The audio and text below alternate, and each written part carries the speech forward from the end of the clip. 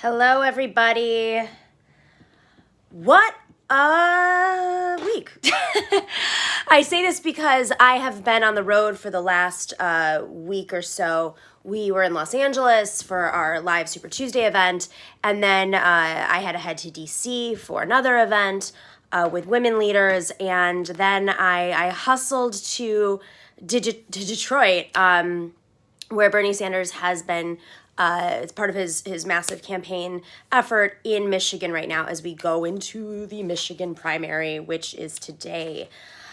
So, how are we all feeling? Yeah. I thought I'd give it a second so we could just, take a moment, take a breath. If you can possibly process this, we were in a much more frantic, stressed out state, I think, as a movement in 2016. But there was a fight that we knew was going to take place pretty clearly at the convention floor.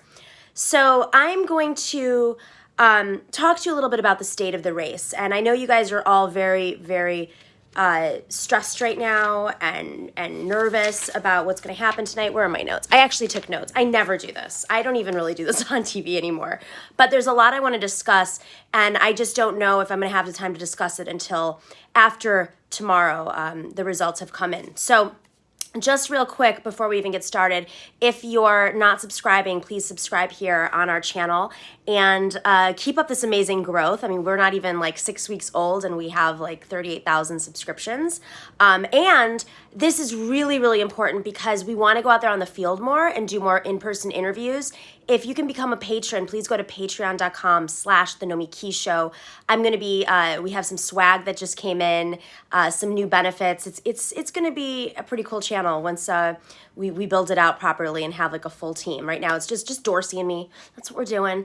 And later tonight, I'm going to be on with Sam Cedar on the Majority Report covering the results as they come in. And, there's a lot to discuss. So, state of the race. Well, we saw the AstroTurf campaign that Joe Biden ran in the last, where are my notes? These are not my notes. Oh, those are my notes.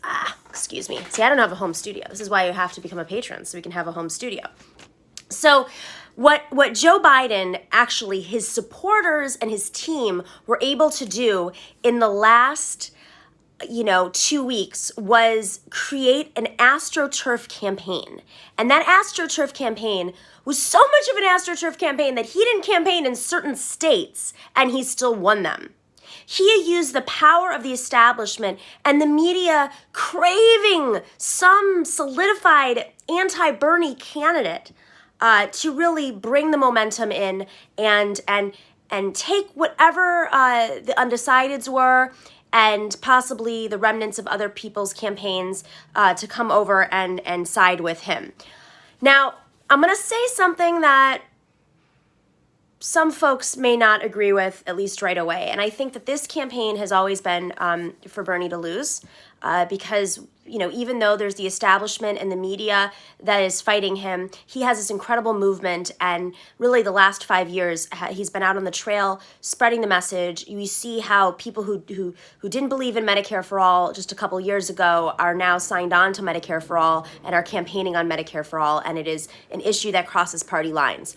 So, we need a couple Hail Marys. I'm going to be real. I think it was like a week ago, I chimed in, a little over a week ago, I said that for Bernie not to get the nomination, which I had at that time said was around like 90% chance, you might remember, I said 2 things need to happen which seem very unlikely. And boy, did I underestimate the power of the establishment. The first thing I said was that all of the other candidates in the race, because don't forget, Pete Buttigieg was still in the race and Elizabeth Warren was in the race, all of them needed to get out of the race and essentially surrender their support to Joe Biden, and that Joe Biden needed to gather all of the superdelegates because at that time, Joe Biden's only strategy and path forward was to win at the convention. What I didn't factor in was that essentially Bernie had to keep growing and his campaign needed to stay strong. So that's why I started off with this is Bernie's campaign to lose, because we always have to be, as the movement, 100%. You see what they do. Somebody misstates something, or some random person on the internet that's not even affiliated with the campaign or may even be a bot says something and they turn it into a news story. They vet us in a way that they clearly don't vet the centrists or even the candidates. They question our viability. They question our credentials. They question our values. They look for any hypocrisy or what they perceive to be hypocrisy. We always have to be on our best game. And even when we're not, they still invent crap. So what happened in the last 2 weeks was you had the Biden machine created. You did have a split establishment. That is absolutely true. But what I guess probably happened was that Barack Obama stepped in and he said, all right, it's time to solidify your support behind Joe Biden, even though we all know they're propping up a candidate who, really worries us in terms of his viability against Donald Trump. And I say that not just because of his policy differences, meaning he doesn't have a clear alternative message to Trump. He's not better on trade than Trump. He is not better on criminal justice. He is not better, or if so, it's not visibly better. You need to have a clear, visible distinction between two general election candidates. And if you look historically back at where Democrats have won against Republicans, whether it was in the midterms or otherwise, it has always been with the candidate that has the energy on the ground.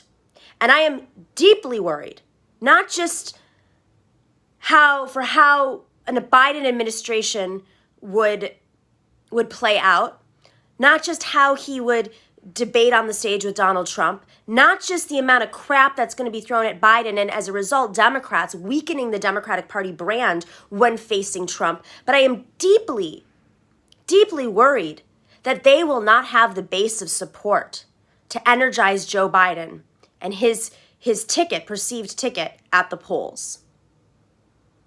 Because Hillary Clinton lacked that.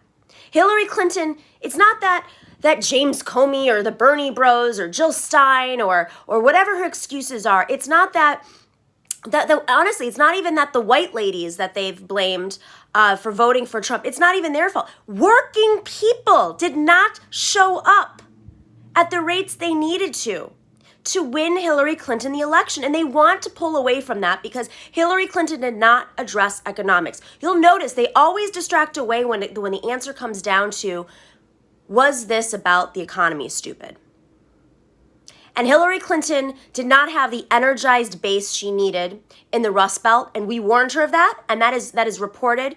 You can find an article in the Daily Beast, I think it was December 1st, 2016, where the Bernie Sanders, was reported that the Bernie Sanders coalition, including myself, went to the Hillary Clinton political team and otherwise and said, you need to appeal to working class voters. You need to come out and say, I'm against TPP. You need to say, I'm truly against fracking because 2 or 3 percentage points can make a huge difference in this election, and we were right.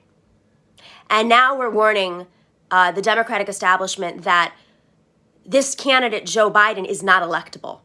And I really believe, and this is where it comes back to the Bernie Sanders campaign, I really believe that this should have been the message all along.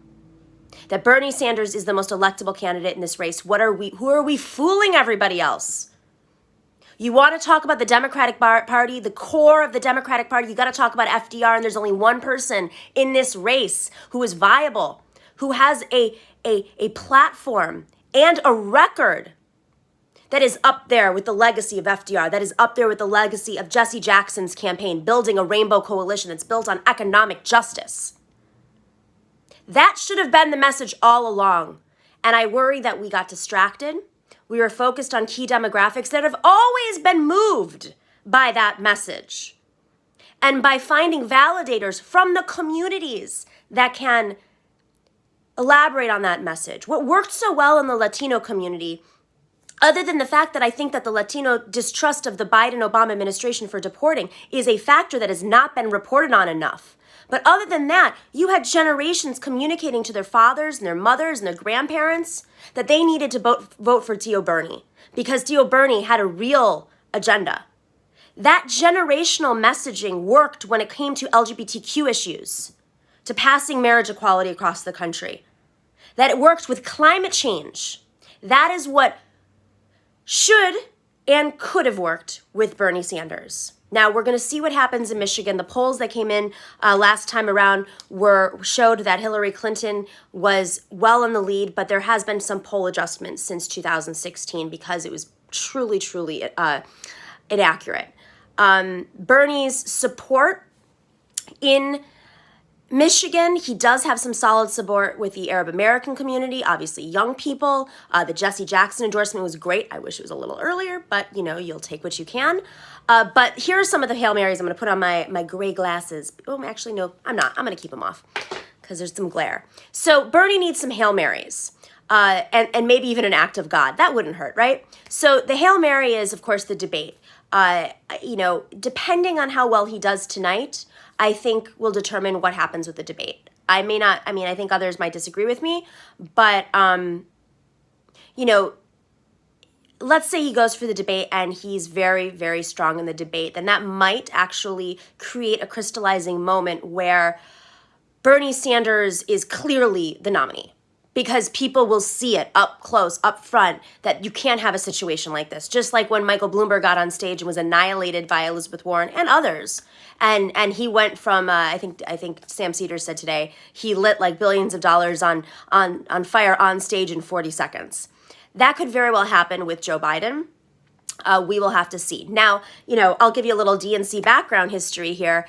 The debate that happened, the new debate rules that the DNC put forward, one thing that really frustrates me about this is in the past, candidates have negotiated how the debate plays out. And suddenly, that doesn't exist. As soon as Bernie Sanders is part of the election, they no longer have the ability to negotiate the rules of the debates. Come on. And it's not like the DNC body decided on this. It's not like there was a vote. It's not like there were committees that had a debate over whether or not to have the debates a certain way or how many there should have been. It was Tom Perez, and Tom Perez was part of the Obama-Biden administration. So that, I believe, is a conflict of interest, and you can't change the rules halfway through when it's an effing joke. Like, I don't know how much more we can say about the Democratic Party, the state of the DNC, but, when this is all said and done, Bernie as the winner or not, we have to focus on this full time. I have been screaming this since 2016. Guys, you gotta focus on the DNC. You gotta focus on the process. That's where they kill us. They operate in the shadows. They play with the party rules. These people are making money on the side, cutting deals. We have to shine a light on that. That is the only way we're going to be able to win because they're just tweaking with things, just tweaking. And as I said a few weeks ago, and I've said all along, Bernie Sanders needs to have huge wins so they don't get away with this. Now, he had a huge win in Nevada, of course, and he won Iowa and he won New Hampshire. Normally, that would be good enough. Clearly, it's not for the movement. So in terms of the Warren endorsement, I know some people are still frustrated by this. I am too, frankly. I don't think it's going to make a difference, even if she were to suddenly get on air today and right now say and endorse Bernie Sanders. And I think that she's lost all of her leverage, frankly. She is only a utility to a presidential candidate, which is kind of what happens when you do endorsements, you cut deals. Joe Biden needs progressive support to be the nominee. He needs that unifying. That's the only thing he really needs, and I don't even think he really cares. Because if you recall, Hillary Clinton didn't care. She didn't put a progressive on her ticket. She put on her ticket Tim Kaine, Tim Kaine was not pro-choice. So, okay. But in terms of Joe Biden, if there's anything he can get out of Elizabeth Warren, it's bringing together this progressive base. And she only can pull that in. She can only pull that in if she endorses Bernie Sanders. She's isolated herself by not endorsing Bernie Sanders. So I think it's too late for her. You know, there's not a lot she can go to Biden with if she doesn't have the collective progressive movement, if Bernie doesn't win, and she could have been on Bernie's ticket if she'd endorsed Bernie Sanders. I actually think he's a decent enough man to say we have to put them together. Now, on the topic of vice president, I think that many of us are wondering, what on earth is the establishment thinking supporting this man who can't stay on stage for seven minutes, who's has a grueling schedule on the campaign trail, and honestly, you know, you're not sleeping, you're tired. I get all that. Like, I forget things, and I'm not 78 years old. But this is a man who's 78 years old who clearly he's had a brain aneurysm in the past. He's had brain surgery. He's tired. His previous doctors and even an internal memo from the pro-Biden super PAC warned of his cognitive situation. That is not a right-wing attack. That is something that came from Joe Biden's super PAC, the messaging from their super PAC. So what is the establishment thinking? And I think that the only thing the establishment is thinking right now is we've got to focus on the vice presidential ticket. Who is that vice president that's a sure path to get somebody that we believe in to be a factor in the Biden administration and possibly beyond. And unfortunately, it circumnavigates democracy, in my opinion. I actually think from now on, I don't know, maybe this is radical and I'm just thinking of this right now, that candidates should put their entire ticket forward when they're running in the primary. I want to know, is your vice president pro-choice? If I'm voting for you, I think it's important to know, does your vice president believe in a $15 minimum wage, especially if you're in your 70s. I want to know what we're signing up for, not after all the political games and the horse trading and all that stuff. I want to know ahead of time. Okay, and then the last thing I want to bring up here is the groups. I saw someone, I'm not reading all the comments, but I saw one of the comments come up about the groups, and I'm talking about the progressive groups who have profited off of the progressive movement, have built their lists, their email lists where they raise money off of the progressive movement, have gotten attention for key endorsements, even supported candidates at critical times in the progressive movement. And those progressives may not have always won. I think it's really important moving forward that we have a deep conversation about solidarity and what solidarity means and when you endorse. You shouldn't have to wait until things play out to endorse. That's not solidarity. That's convenience. That's political expedience. One of the things I love about Matriarch, our organization with 4 dozen female leaders across the country supporting progressive working class women running for Congress, is that we believe that endorsements should come earlier. And that's because that's when the candidates need it.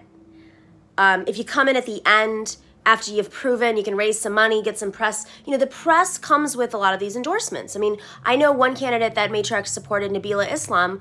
We supported her early on, and I'm not saying we influenced this, but I think it's a factor.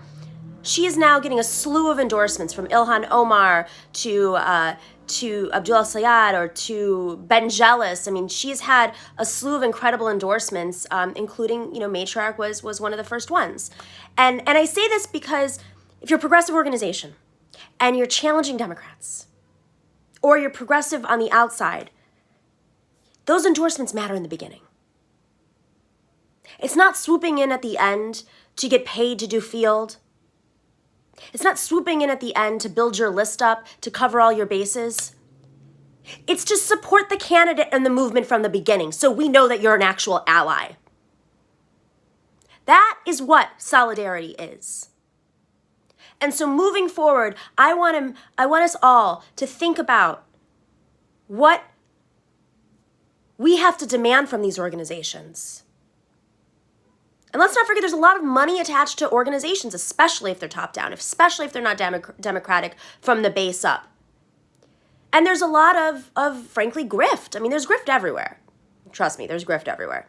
And we like to use that as a weapon when attacking people. But if your money is attached to the membership of an organization and to supporting a candidate who might pay you to do field or might pay you to do operations or pay you to set up a super PAC. I'm just using examples of things that organizations do. then you have to question where their values are. And in the end, as always, follow the money. So with that, I'm going to take a sip out of my coffee. Oh, hey there. Thank you, Rogue DNC, for this I Wrote the Damn Bill cup I just happened to be using with my lipstick mark right here. And keep your head up. We do have a path. We have to win Michigan. We have to win Washington.